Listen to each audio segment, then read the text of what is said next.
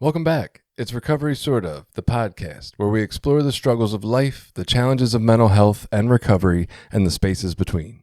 We express our personal views on life here, and this podcast is not meant to replace medical advice or tell anyone the right way to live.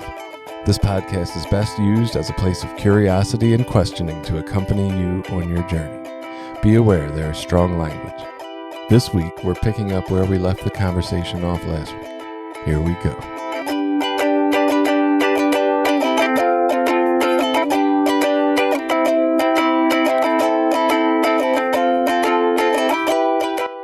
So, okay, this is the argument my wife and I have been having. I keep going to her. At least this is Jason's experience. Let me be fair about it. I'm sure it is very different on her side. On my side, it feels like I keep going and saying, hey, this thing that's happening in front of me that you are doing doesn't feel good for me. I don't feel very good about it, right? What I mean by that is there some kind of way we can meet whatever need you're meeting with that behavior and the need that I'm hoping to get met that is not being met right now at the same time together?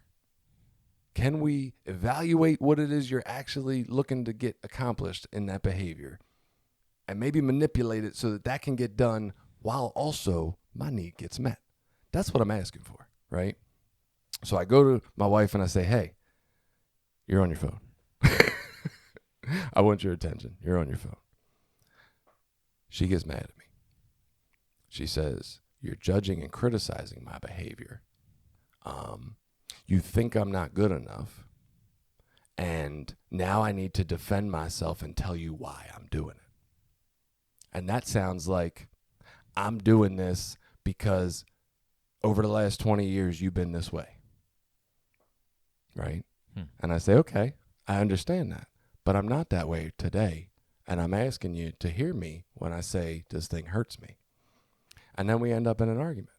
And what I was trying to tell her the other day is that argument for me every time is me saying, hey, what you're doing right now hurts. And her saying, yes, and I'm allowed to because you used to be bad. And I say, well, that's cool, but I'm here now and I'm not being, and you're still being mean to me. And she says, yes, and I'm allowed to be because you used to be bad. And that feels like the whole argument. And I don't know how to contend with that. Like every time somebody's defending their actions of why they're allowed to hurt me, that is justifying why that is okay to continue. And that's what she's doing every time, is saying, well, but I get all riled up because you used to do this or mean this with that action. And I'm like, well, and I understand that, but where do we go from here? Because I keep saying, hey, that's not where I'm at today. And you keep saying, but you were. And that's our whole fucking argument to the best of the ability I have to see it. Do you see it differently than that? Sort of. So okay, we have a similar dynamic, slightly different, but similar in that she has some hurts that she has, and she says, well, I'm unwilling to do X, Y, and Z, being like, so I'll just get a little specific. I don't care. She will say, like, if you want, like, I need you to be the one to initiate emotional conversations. So for us, it's a big thing of like, she's an emotional communicator. I'm supposed to be checking in, how are your feelings?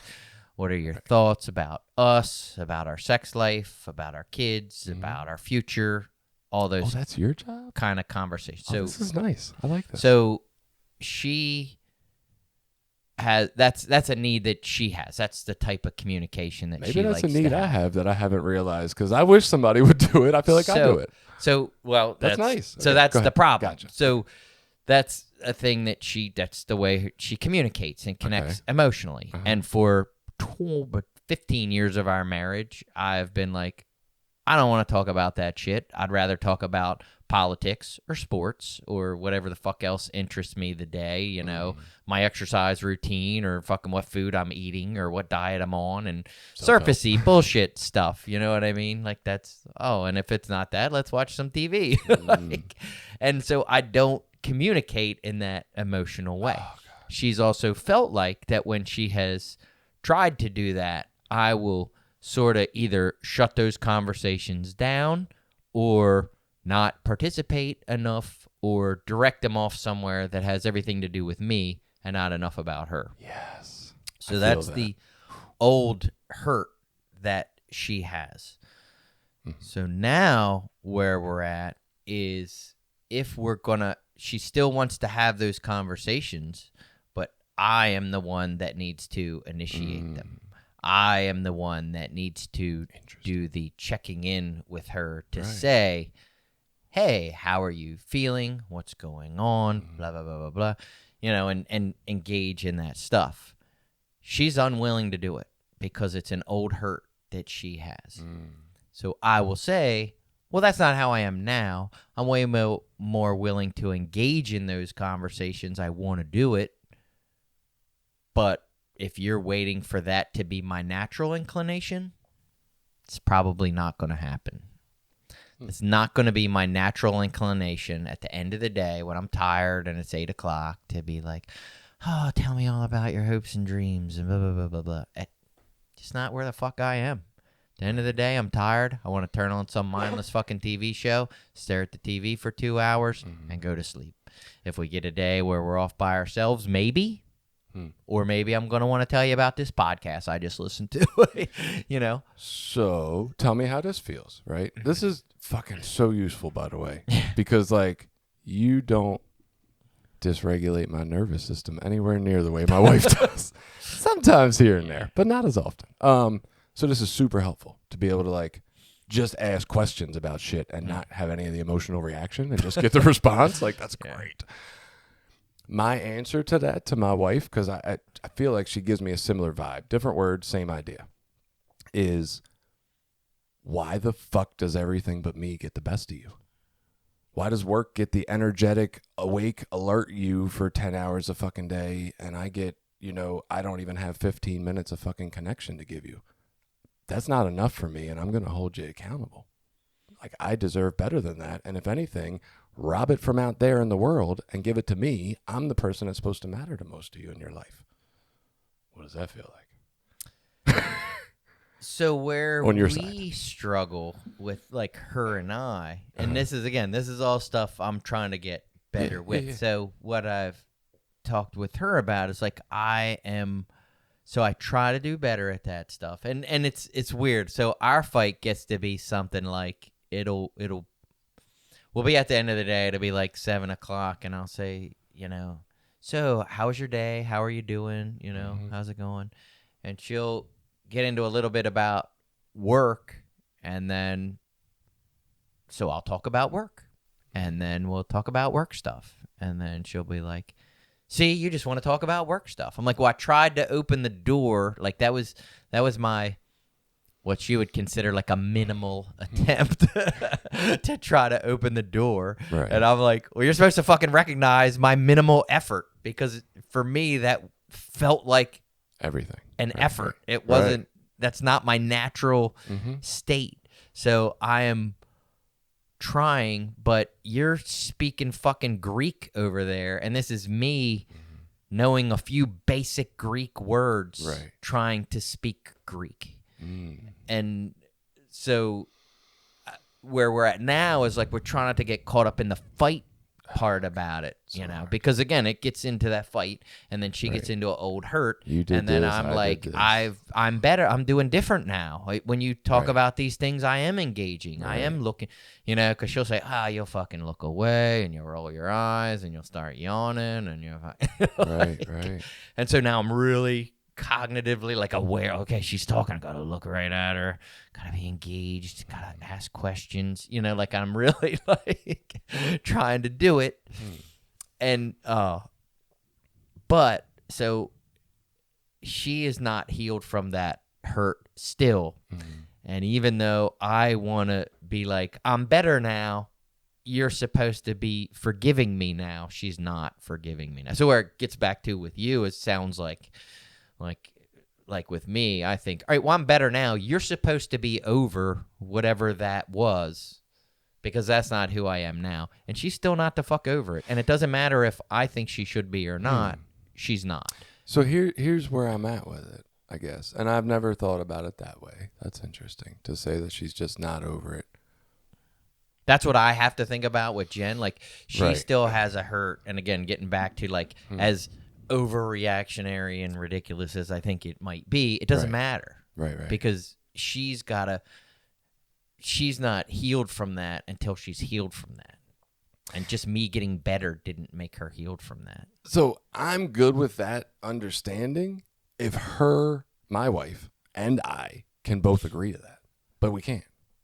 I'd be fine there. Because what I keep telling her is, you don't need to fucking justify or explain why you lashed out quickly at me without thinking. I know our 20-year history. All I need for you to say is, I'm sorry, what did you need? Or I give a fuck. I didn't know this bothered you. That's it. I don't need her to like be fucking perfect or never have an attitude or any of that. And I'm not asking for that. I'm just asking that when you get shitty with me and I say, oh, hey, time out. That doesn't feel like you. That we can both agree that it's not. And so far, I can't get that. Yeah. I say that, and my partner is still actively nervous system dysregulated and bashing me, and I cannot deal with that. That's not okay.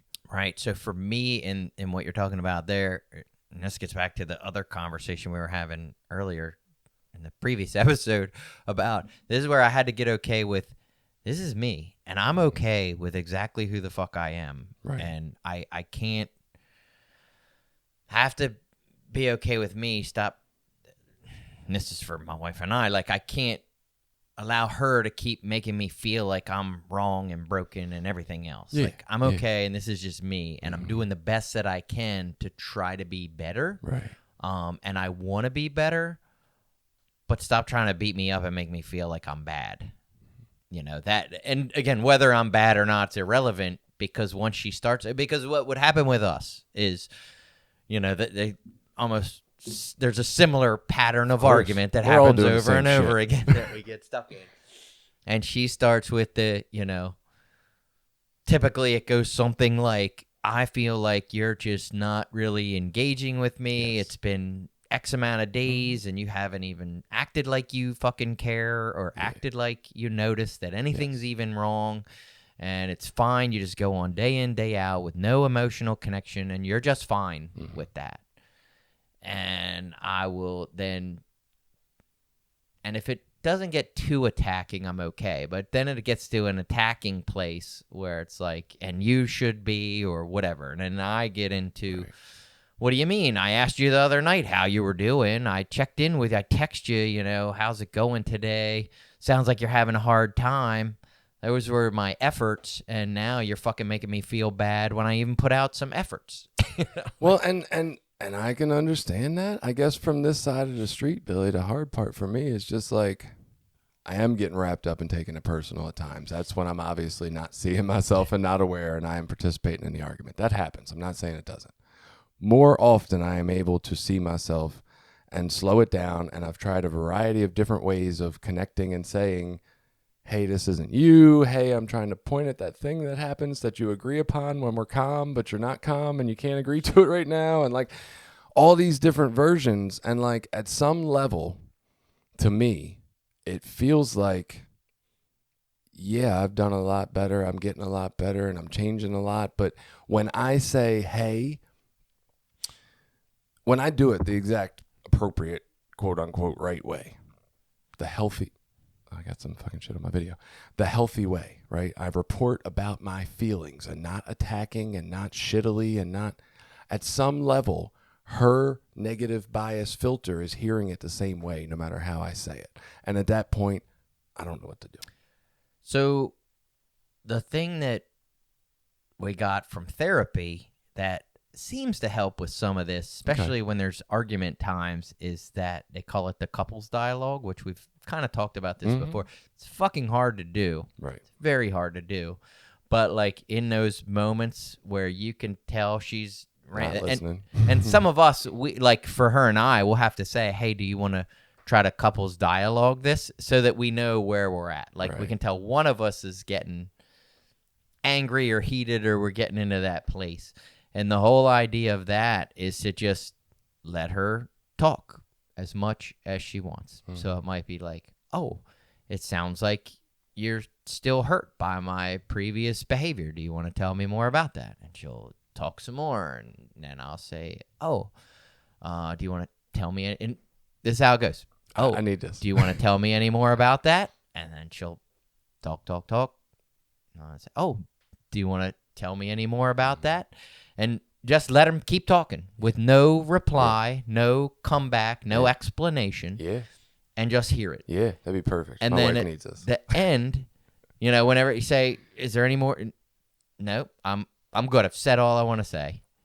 Okay, it sounds like you're feeling angry, hurt, rejected, whatever. Yes. And it doesn't even matter if you get the feelings right. They'll Doesn't correct matter. you, Yep. and they'll tell you what the feelings Yes. should be. Yes.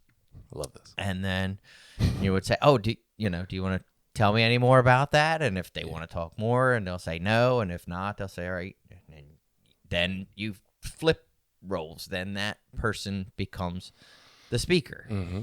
And then I can say, "Oh, this is why," or "This is how," or blah, blah, blah. And you try to kind of stay there, and she's supposed to listen to me. And you try to work through that stuff with that couple. And it's fucking hard. It's very hard. I feel like the avoidant person needs it more than the than the anxious one personally. So as the avoidant person, right.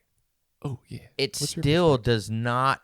It's taken a lot of times of doing it to start to feel like it's a safe place. It still doesn't feel safe. That's fair. It still feels very... Well, you're being attacked. There's rants going on about you. Yeah. During that time. Right. And so it's... Well, and then for me to say, honestly, what I think or feel. That's the part as an avoidant person, like, at least for me, like, it's usually... I'm going to tell you what you want to hear and try to do what I think you want me to do to try to avoid confrontation and high emotional stuff. I hate what people think I want. Right. So, to get to a place where I feel, and so again, that all gets back to why, like, it got to be a place where it's like, look, I am who I am. I'm good enough just as I am. This is how I think. This is how I feel. Stop trying to fucking make me feel bad about who I am, because when I'm there, all I'm trying to do is fix shit. Right. When I'm okay being who I am, then I can say, well, this is how I think, or this is how I feel. And I've had Jen say to me, and I can't, again, wrong or right's a hard judgment. It's easy for me to say, well, that's ridiculous. But she'll say, I see that you're getting better. It's fucking baby steps. Like, it is so minimal compared to where I feel like I am or where I would like you to be. So I appreciate that you're putting in some effort, and I appreciate you're getting better, but doesn't feel like enough sometimes. And that's fucking hard to hear. Yeah, no. And what I can, for me, I have that feeling a lot towards my wife. And I think the truth is, even though I don't see it this way at all in my body, I think the truth is that is an equal and opposite version of that going on between us, where I am the person who barely has baby steps and I can't see it. And I'm open to at least thinking it's there and trying to look for it. Yeah. And I think that puts me a step ahead of where I was. Well, I can say for me, like, these what she's calling baby steps feel like astronomical, life-changing fucking revelations. Yeah, same. Same. I feel like wow, look at this great stuff. Right, and we're talking and we're looking eye to eye, and I'm engaged and I'm here and I'm trying to be sympathetic, and she's like, yeah, that's infant shit.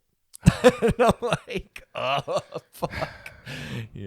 This is where it's definitely I believe it's always two people.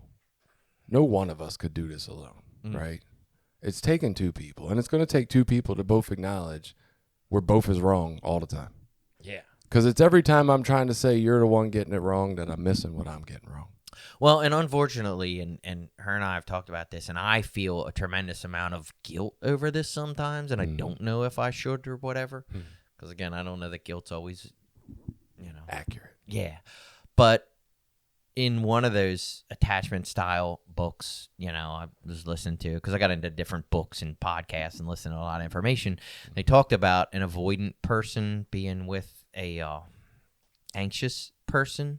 And they said, for that to ever work, the anxious person will have to sacrifice some of their security. That the avoidant person, like, is you will get better with that stuff, but it's not likely that you'll ever go to being overly secure. And I don't know if there's other stuff I've read that's been different, so I can't say that's 100%, but that always creeps in the back of my mind that she's never going to be 100% satisfied with where we're at. And I feel bad because it felt like no amount of work that I do is ever going to make me this super, like, intimate, emotional seeking person like she is. I don't know if it's true or not. My tendency is to say that sounds like complete utter bullshit. That there's no way to test or research. But I guess for me, really, what it just comes back to is the idea of that I can't give up my guns because the guy over there might attack me one day, right? I can't create a world I don't believe in. Right. And so, like, that's not a very useful thought. Whether it's true or not, it's not a useful thought. Well, where it's been limiting. helpful to us without me saying it, because I never said that to Jen, but she recognizes that she's got to lower a little bit on her expectations. Not that it means she still can't have them, that we have emotional connection. And maybe, and again, this is, who knows, in 20 years of work, I might get to some place, but it's fucking 20 years, man. Right. You know what I mean? Like, it's probably not going to be in the next 5 that I'm going to have some revelation that emotions are going to come spewing out of me. And I'm going to long for emotional connection every day. Like, that feels so foreign. I love my wife, and I am, like, dedicated to putting in the efforts to try to make us better, because I think that's going to be an issue wherever I go, is that challenge. But there's definitely a part of me that says often, this would be way easier if the person you started with was much closer to your fucking point right now than the person you're with, honestly. Yeah, I've thought that for sure.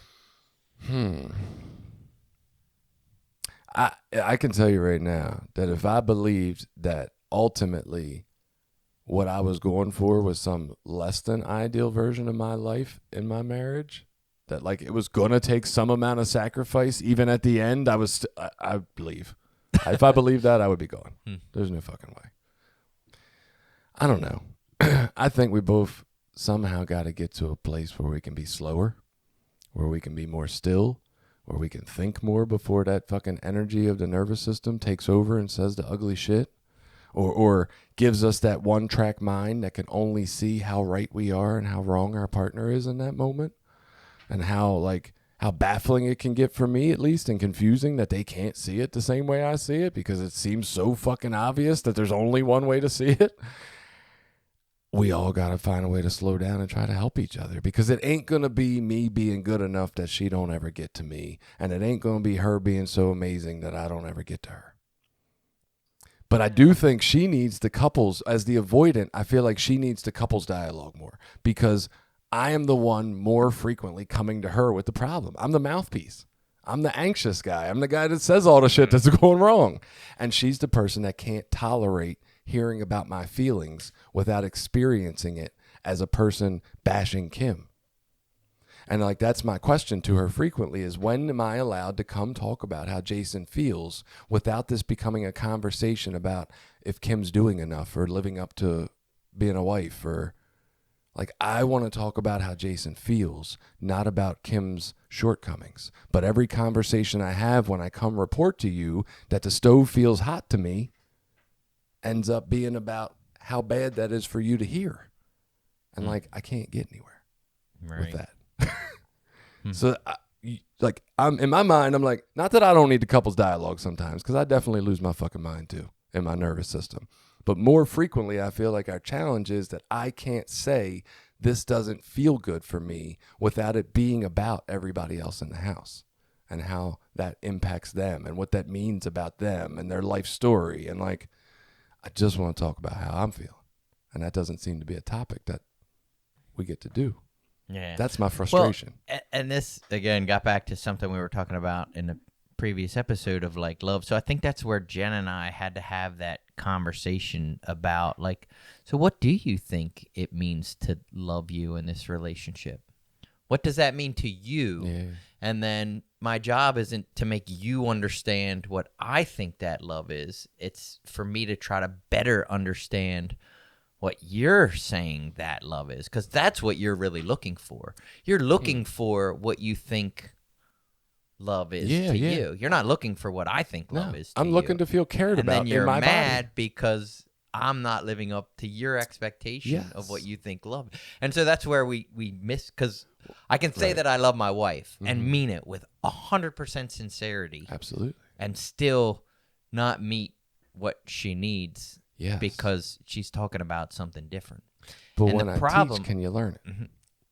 Right. Well, the problem, at least, and I'll probably put this on you anyway, with Jen, where I feel like the stuck point is, and I've just tried to let it go, is that she thinks her version and understanding of love is the right way, and that mine is just some bastardized version of love. And that, almost like you were talking about, this intimate connection and need for intimacy and all that stuff, that's the right way. What everybody else is doing is some fucked up version of that. And I'm trying to just say, that's your version. I don't 100% agree it's the right version. That doesn't make it any different from my obligation. I'm still supposed to try. If she's my wife, I'm still supposed to try to meet her there. I don't think that's the perfect version for everybody in the world. I just don't.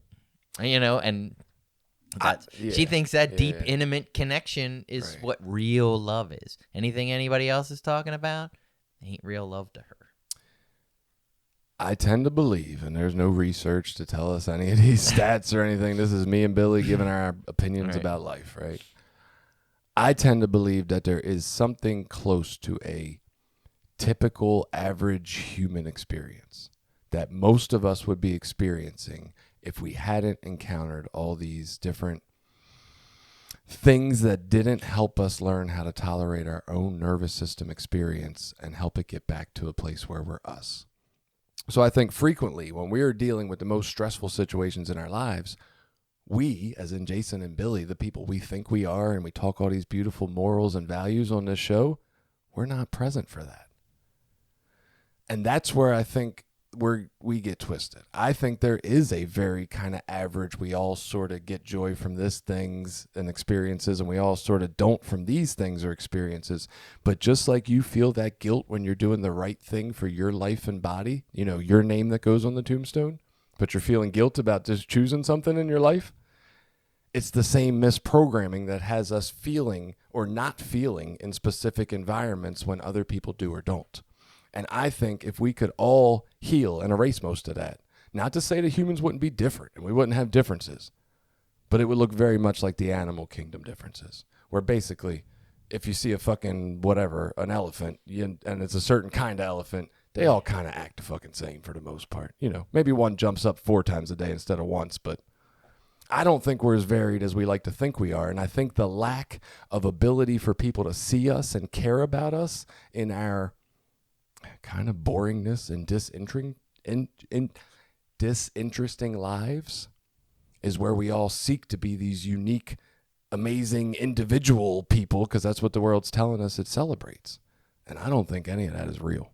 I think we're really programmed to try to be these characters, but that at a base level, underneath all the pain, we're probably all real similar.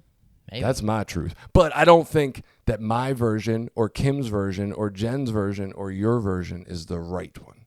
Right. There's probably something in between, and we are probably the two parts of the extremes in relationship with each other. Well, information I've shared with Jen about what a secure relationship looks like, she says that looks like bullshit.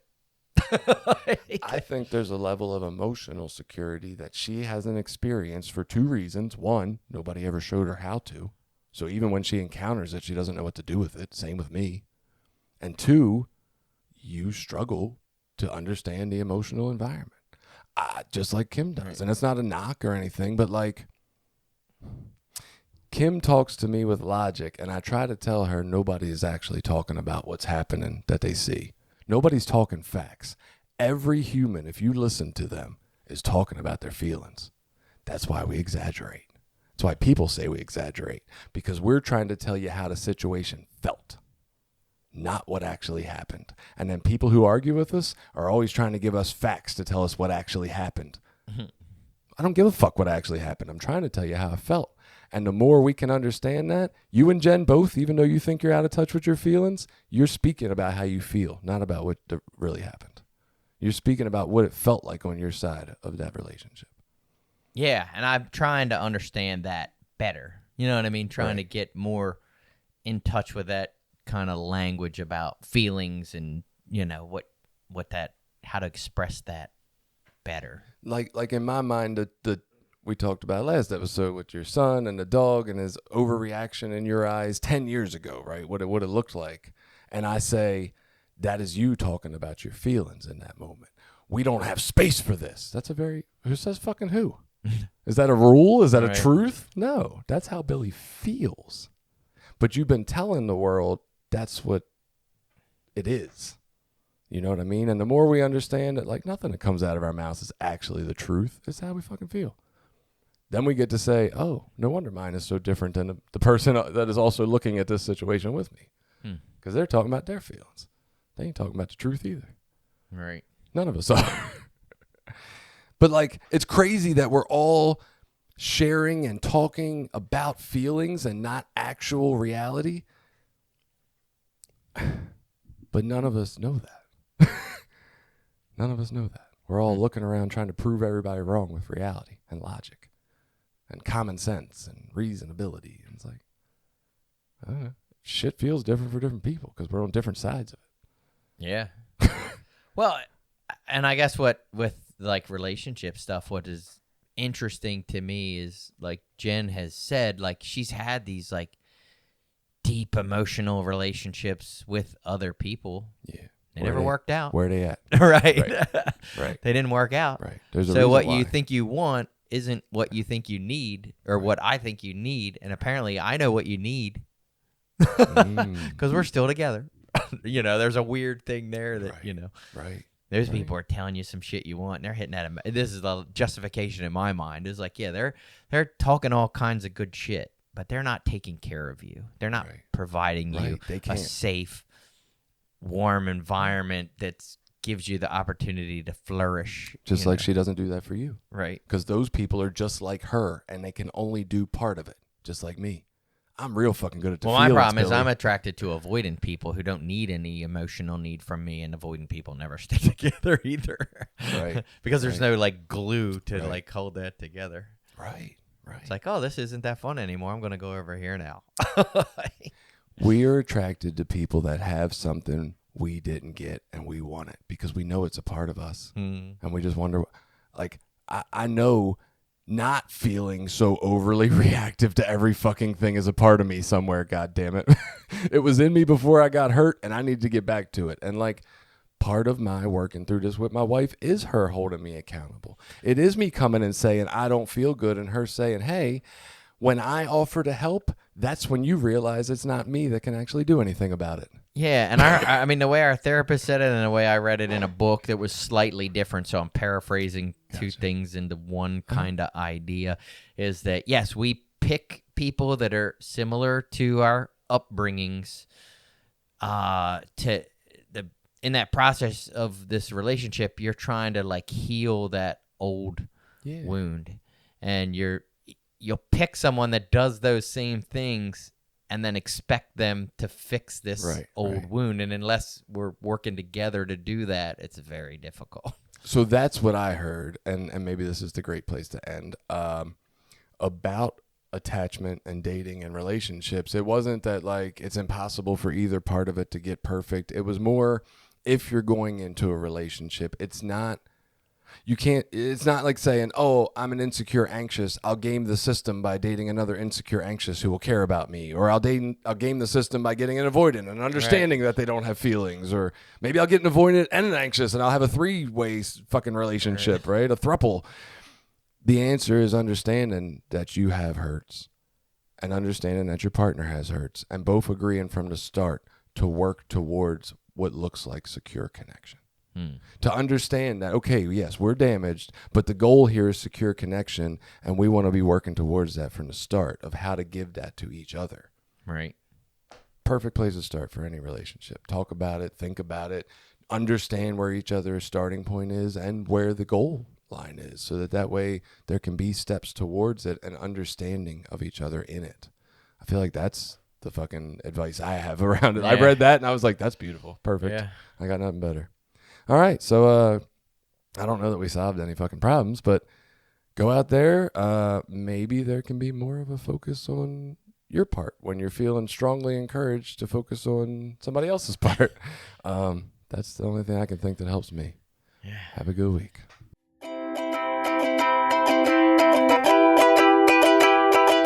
Have you found that listening to the Recovery Sort Of podcast has helped you in your day-to-day journey? Please share the message of compassion and well-being with the loved ones in your life. Connect with us more at recoverysortof.com, Facebook, Instagram, Threads, YouTube, and other social media spaces. And have a great week.